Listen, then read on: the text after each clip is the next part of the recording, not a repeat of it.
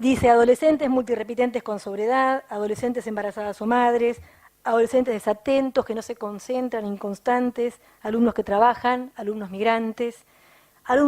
con lengua materna distinta que el español, adolescentes en situación de adicción, adolescentes y jóvenes en conflicto con la ley, adolescentes que padecen abuso y violencia familiares, adolescentes y jóvenes violentos en la escuela, adolescentes que crecen sin apoyo familiar, adolescentes y jóvenes con discapacidades específicas, adolescentes con trastornos emocionales, y yo creo que la lista va a seguir creciendo, porque cuando uno pregunta ¿para qué no te prepararon?, la lista se hace infinita. El problema es que, así dicho, no te prepararon para la mitad de la humanidad, ¿no? Entonces ahí es donde la cosa se pone realmente problemática, porque la lista puede empezar con 2 o 3, y cuando uno empieza a hacerla crecer, realmente la lista se hace tan grande que termina por abarcar casi al conjunto de la población escolar, ¿no? Ricardo Vaquero, un conocido especialista en psicología educacional de nuestro país, dice que cuando llegamos a definiciones como las que estaban en la pantalla anterior, estamos cometiendo una suerte de falacia, ¿no? Él lo llama falacia de abstracción de la situación.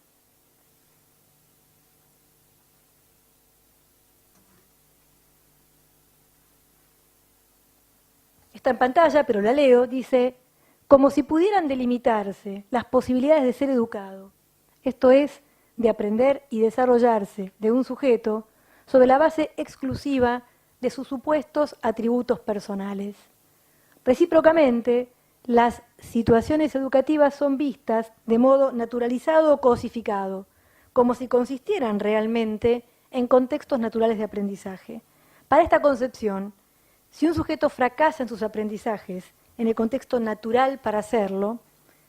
algo ha de estar alterado en su naturaleza de aprendiz, es decir, en su capacidad de aprender, en su posibilidad de ser educado, al fin, en su educabilidad.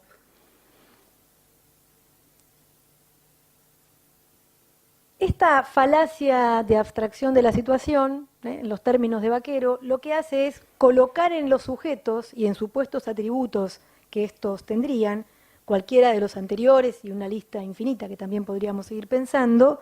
las razones por las cuales la escuela experimenta dificultades para enseñarle. Olvidando, diría Vaquero, que estamos hablando de enseñarle bajo ciertas condiciones institucionales, bajo cierta lógica, bajo cierto formato, y que es en todo caso parte de la definición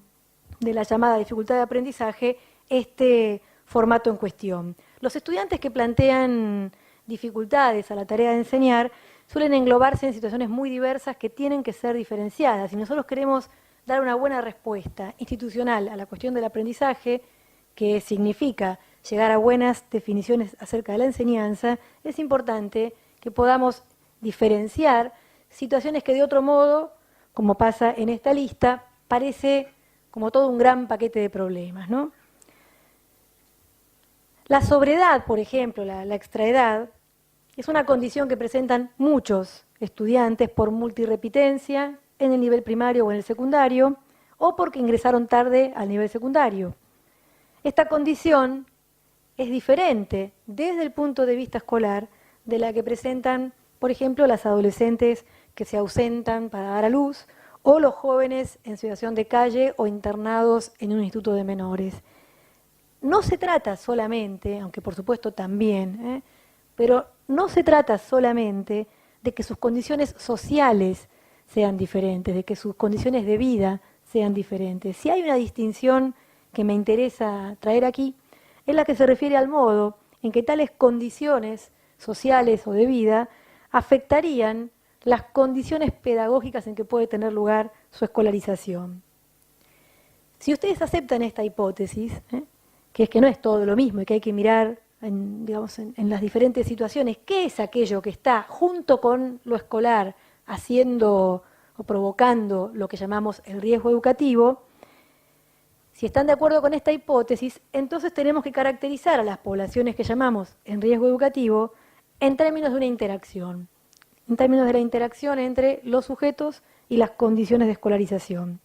Se trata entonces de pensar las posibilidades de los sujetos de escolarizarse, no en términos de propiedades subjetivas, que por otro lado son bien difíciles de cambiar, sino de atributos de la situación pedagógica, tal y como esta está organizada en nuestro sistema escolar. Si se avanza en esta línea de análisis, si el problema ya no es el sujeto y sus características, sino la relación entre las condiciones de vida de los sujetos y lo que hemos sido capaces de generar desde el punto de vista pedagógico para escolarizarlos, ya no se trata, volviendo a los ejemplos, de los adolescentes con sobreedad, como si la sobreedad fuera per se un factor de riesgo educativo.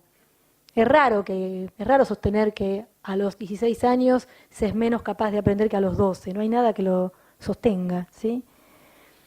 La sobriedad no es per se un factor de riesgo educativo. La sobriedad se convierte en dificultad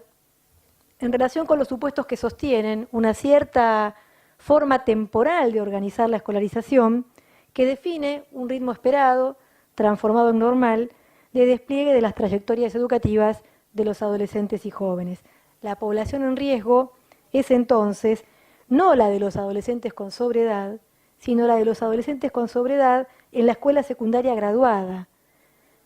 porque la definición del riesgo está en estricta relación con los límites que enfrenta la escuela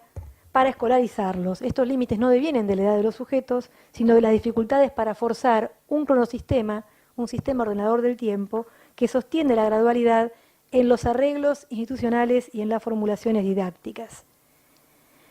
Del mismo modo, ya no se trataría entonces de las adolescentes que se ausentan para dar a luz o las adolescentes que son madres, como si la condición de maternidad fuera per se otro factor de riesgo educativo. La verdad que no hay ninguna dificultad específica en ser madre y poder aprender. Se trata en todo caso de las adolescentes que son madres en un sistema escolar donde esta condición vital se ha considerado históricamente incompatible con el proyecto de ser estudiante y de los límites que enfrenta la escuela para encontrar modos adecuados de atender estas condiciones vitales. El proyecto de ser estudiante, bajo estas circunstancias, se pone en riesgo por condiciones muy concretas de escolarización. Por ejemplo, la que supone la presencialidad de la alumna y el cursado en bloque de cada año escolar.